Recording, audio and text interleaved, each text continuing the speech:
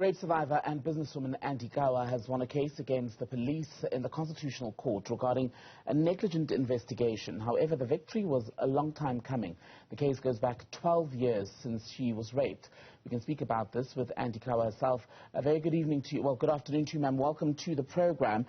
A few days now since you received the news from the Constitutional Court. Can you put in context your feeling now that you finally reached this point? Well, I feel, thank you very much. I am feeling very anxious because I think that the ruling has been made by the Constitutional Court, and the police have to then implement the findings of the court. That is to ensure that they properly investigate cases.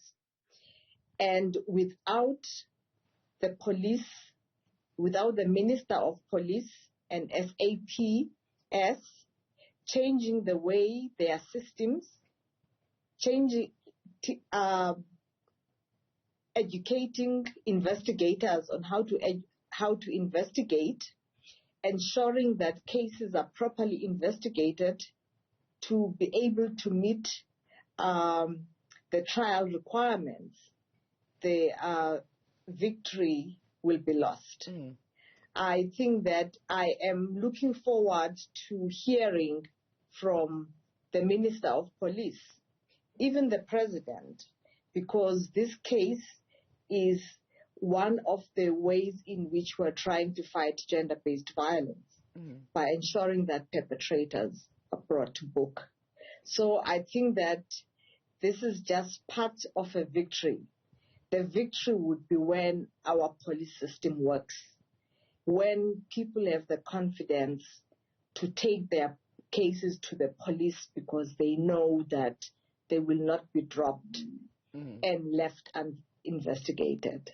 And it is a step in the right direction, but I think that we need the police now to commit to the fact that they will be changing their systems to ensure that investigations are properly investigated.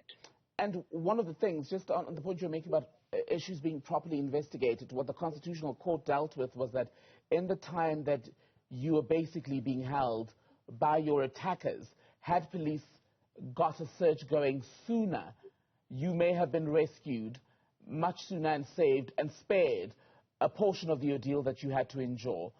What was it at the time, over 10 years ago now, that said to you, actually, pursue action against police at the very highest level? Because what you suffered is sadly in this country not uncommon, and often there aren't consequences for police management. I think that immediately after I was released by my perpetrators, and when I started to talk to other victims, I saw that this problem was actually not unique to me, but was a problem that was endemic within our society. So, I think that some people have come up before me to put the police into account, and we have not received the results we wanted to receive. So I wanted to be sure that there's people behind me who suffer the same experience have a better chance of getting justice and a better chance of healing from the deep wound of gender-based violence and rape. I know you said that you have a hope that this will reform the way in which police deal with rape cases in this country. It's one thing to hope, but how confident are you that we'll see any real change for people? Well, I think that I've been disappointed that the Minister of Police in this important case has not come forth and reassured the people of South Africa that they will be reforming their systems they will be resourcing their police so that victims do not encounter investigators sending them, please call me, or getting investigators asking victims to bribe them as part of the process of investigation. I think that we need a commitment from the Minister of Police and the South African Police Services in general that they will be reforming their systems so that such atrocities do not happen again. Because currently I still receive phone calls from people who are trying to get help because their cases have just been left hanging.